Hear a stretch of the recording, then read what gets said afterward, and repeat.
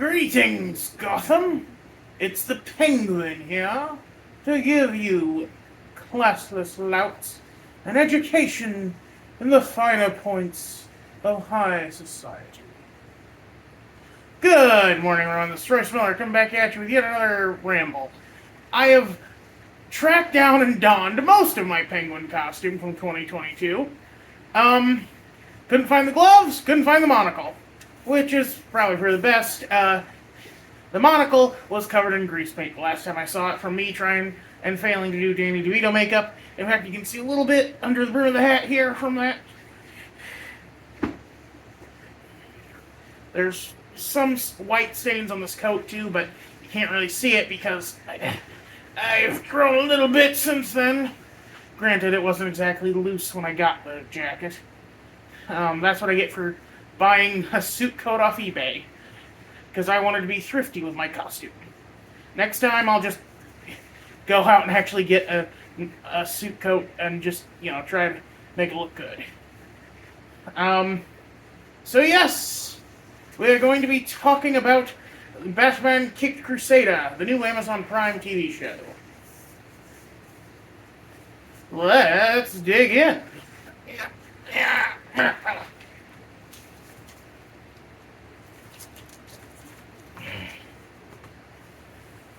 My cousin spilled his dog's dog food, and I didn't see it until I put the paper on it. Well, notepad, I should say. That's why there's a weird, gross stain there. Alright, so I've got some notes here. I'm gonna be going mostly off memory, but I did bring notes just to help me keep focus. Because this brain, it tends to wander. We have 1, 2, 3, 4, 5, 6, 7, 8, 9, 10, 11 episodes to get through. So let's crack in, to steal a term from puppet history. In Treacherous Waters, Season 1, Episode 1. This episode's villain is the Penguin. No longer a lecherous little goblin man. She is now a buxom beauty, a cabaret singer by the name of Oswaldo Cobblepot, voiced by Minnie Driver, who apparently is some big deal, but millennials, or my fellow millennials, will probably only recognize her, because I only recognize her, as Jane from Tarzan. Mind you, she doesn't have the British accent here, even though she is British. But she goes for more of the classic, kind of cabaret singer, like kind of New York-y accent.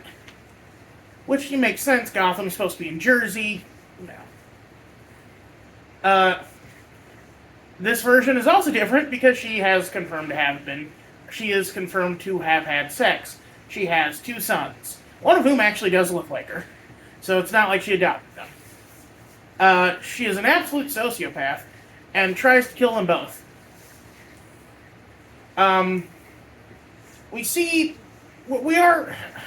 There's not much to say about Batman in this. He's kind of like, he's introduced very much the same way that Tim Burton Batman is, where, you have some guys talking about him before he shows up and kicks their butts. And he's like, I want you to tell your friends about me. Or I don't know if he says that here. I'll be honest with you, I watched the first crop episodes last week, so it's been a minute. In a minute, but we're actually introduced to Penguin is singing a cabaret song, which, Minnie Driver is a singer. I believe she's got a Broadway career.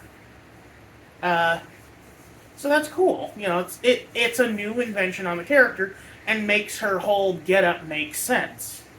The Iceberg Lounge isn't a social club, it's an offshore casino boat. Harkening back to the 3 Mile thing, where you'd have these boats park about 3 miles off the coast in international waters, so people could drink and gamble during Prohibition. Batman just thought she was a small-timer, dealing in illegal gambling, which is weird considering that there was a police benefit being held there. Just like, what? As for, but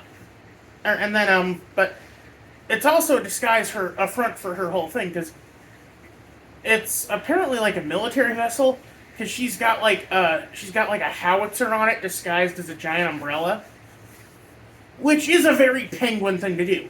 He loves umbrellas, or well, in this case, she loves umbrellas, and she does have the classic umbrella knife. Batman does kick her butt, but then confides in Alfred at the end. Oh, I don't know if I did the right thing, because now Rupert Thorne's going to grow unfettered. And Rupert Thorne, for those who don't know, I can't remember if he was a comic character or made for the original Batman the Animated Series in the 90s. He is basically just a crime boss, originally voiced by something Vernon. The guy who played Dean Wormer in Animal House. That guy. Oh, also, so this is just something I wrote down as a funny aside. So, when she hears from Rupert Thorne that one of her sons sold her out, and Rupert implies that it's her it's her shorter son, she immediately puts him in a suitcase and dumps him in the ocean. And then later, when Batman is going through the area in a submarine, we see a bunch of suitcases, all with skeletons in them. So that implies that she keeps these, like, big steamer trunks, just like, I don't know, orders them in bulk, just to keep for executions. Because she has clearly been doing this for some time.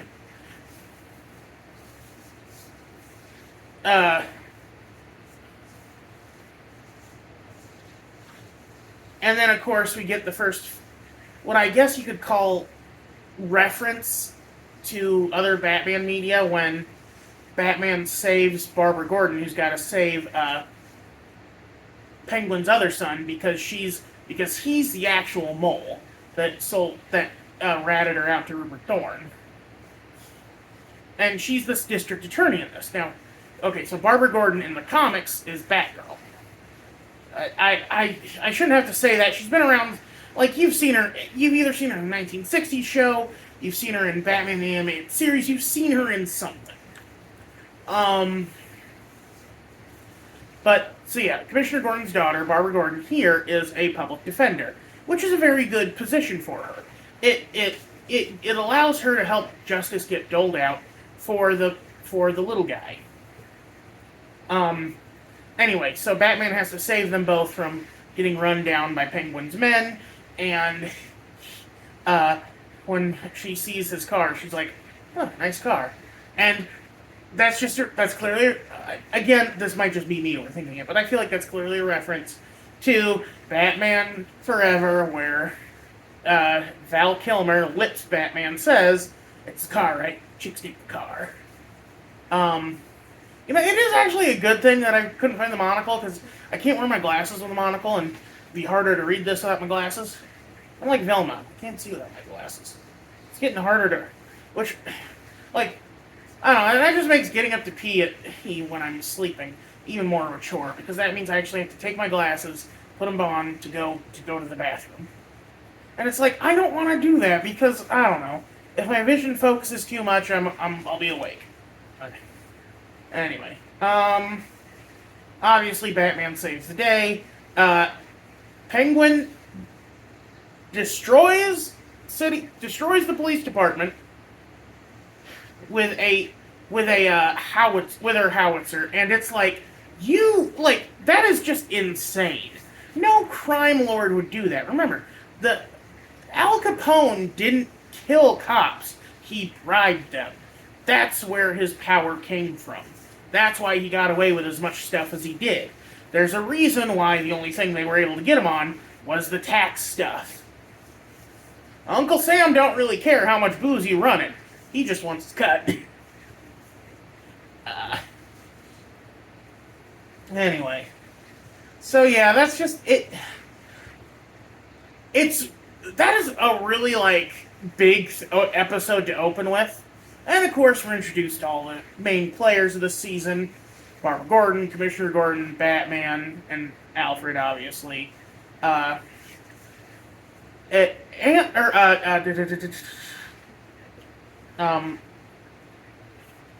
oh, obvious. Okay, I'm gonna spoil every episode. This is not like a teaser review. This is a Batman child fan. You know, this is like a Batman man-child fanboy rambling about it for God knows how long. We're also introduced to Harvey Dent. As all of you know, Two-Face. Either you saw Batman Forever, or you saw Dark Knight, or heck, maybe you even saw the Batman animated movie that was based around Batman 66, where it brought back the original Batman and Robin, Adam West and Burt Ward, and then had for that one it had Captain Kirk, William Shatner, as Harvey Dent. And instead of getting acid thrown in his face, he gets blasted with pure evil energy from the villains when they try to siphon the evil off of them, which is so dumb. Anyway. That was just the first episode. Oh, please don't tell me. Okay, this is going to be an hour-long video if I keep this pace up. So episode 2, And Be a Villain. This is where we get one of Batman's most... Like, if Penguin is one of Batman's most iconic rogues, Clayface is one of Batman's most disturbing rogues. Because he is mutated to be, like, living putty. It is gross and disturbing and all kinds of things.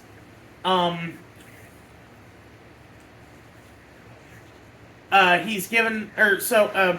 Basil Karlo, obviously a riff on Boris Karloff, is a classically trained actor who's famous for playing villains in horror movies, which, of course, is also Boris Karloff.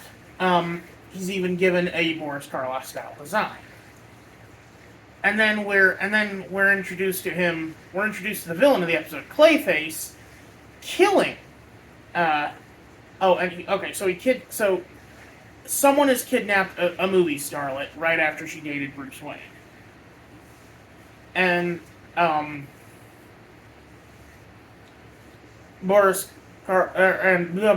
they interview Basil Karlo, and they're like, he seems kind of suspicious, let's go talk to him again.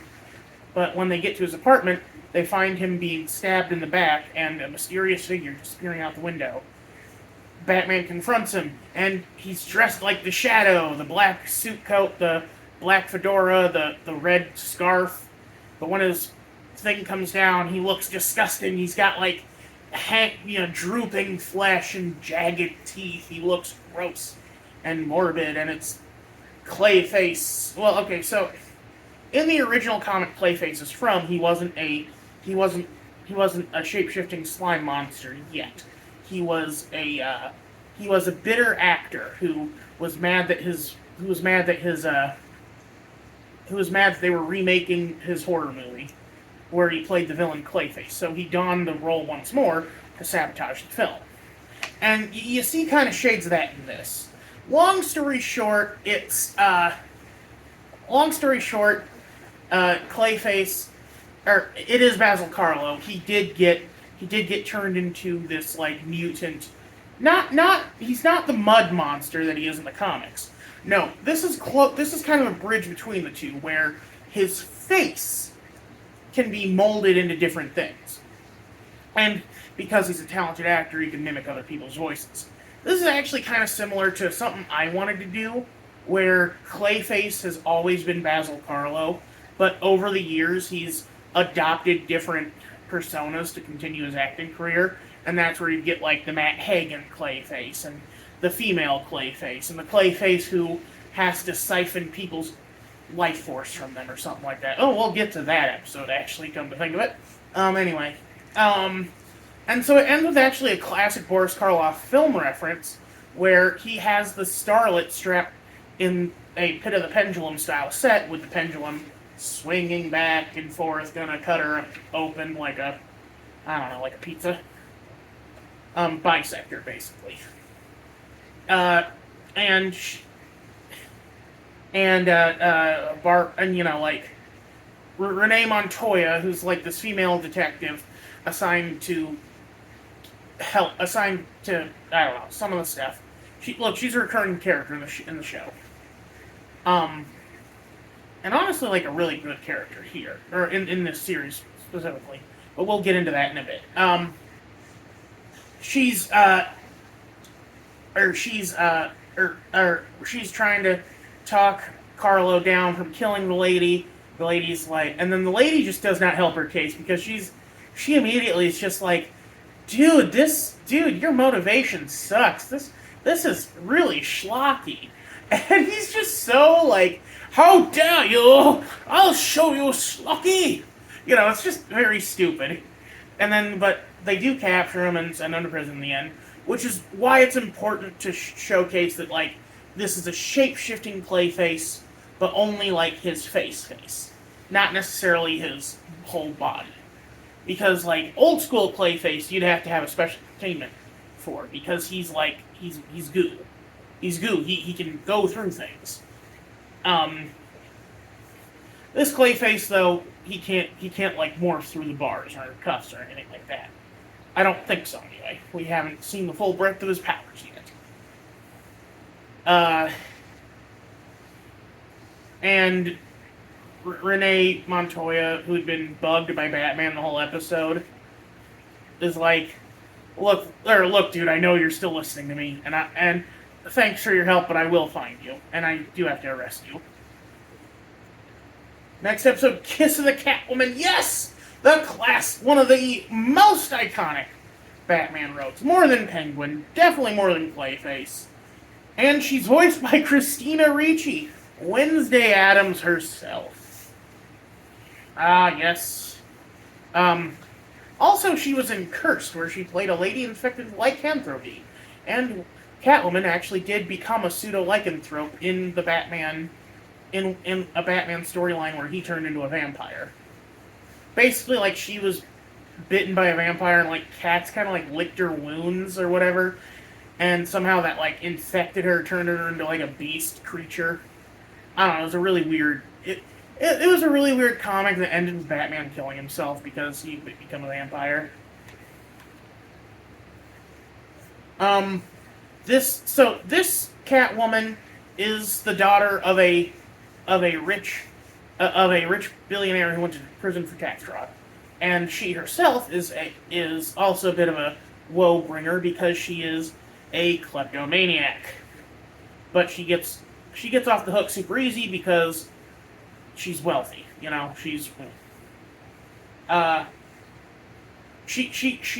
she also says something about Batman's car, and then immediately goes and gets her own car.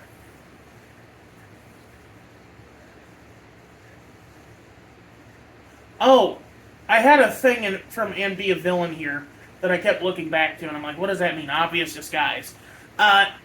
Early in the episode, he pretends to be the lead actor from the movie he was playing the villain in.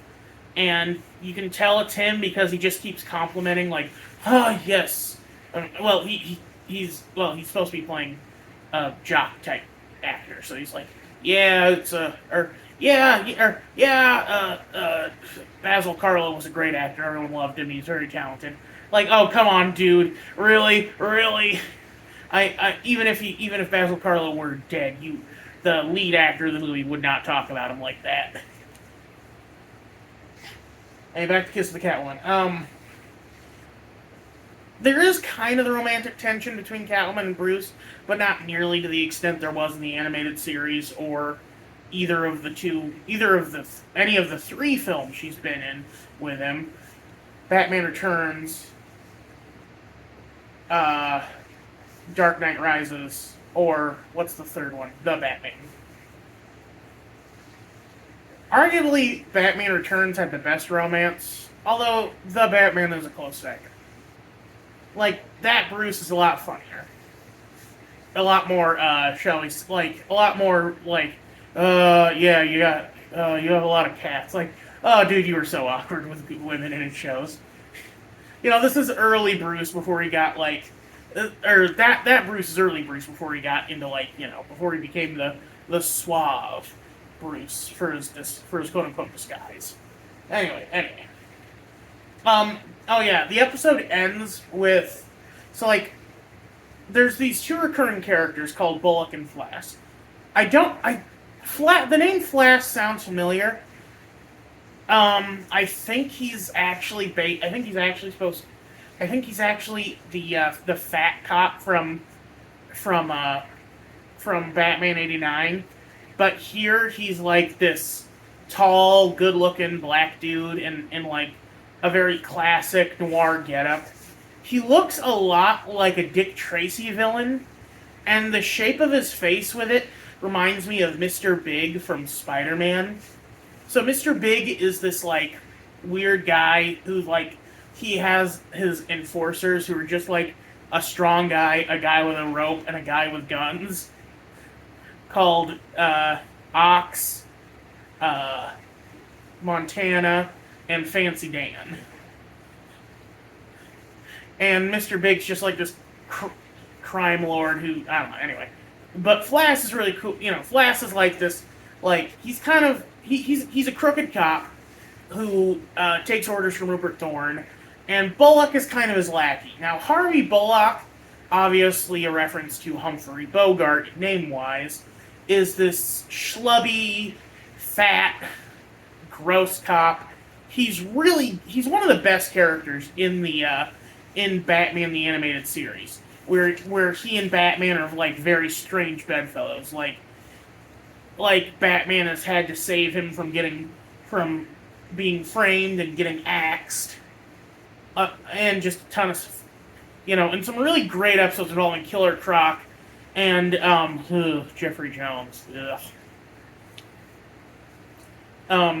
Who plays the guy who tried to kill Bullock, and he's like, no court in the world would convict me for trying to kill him, which is a really funny scene. But here, he's another crooked cop, even though in Batman the Animated Series, it literally says, like, look, I may rough up a couple of people, but I've never taken a bribe. Which I do kind of prefer that Bullock, where he is a dirty cop, but he's not crooked. You know what I mean? Like, he would never take a bribe. He just, he just gets a little too handsy with people. He's still a bad cop, but he's not a vile cop. But I guess, like, I don't know, because, like, part of my thing is, like, I always liked that he was so loyal to Jim Gordon. Like, he may not have taken to Renee Montoya as much, but he would die for Commissioner Gordon. That's the Bullock I liked. Anyway, but the whole Bullock being crooked is kind of a remnant from. Oh shoot! I'm getting a low storage thing. We might have to cut this in 2 parts. The whole Bullock being a crooked cop thing might be a remnant from Gotham. Because I know that's when it started. Anyway, Night of the Hunters. Okay, this is actually going to be a long one. I'm going to stop, delete a couple of videos from my phone, and then I'll get back to you. I'll be back in a bit. You have a good one. This is Royce Miller. I'll see you tomorrow, I guess? I'm outie. Goodbye.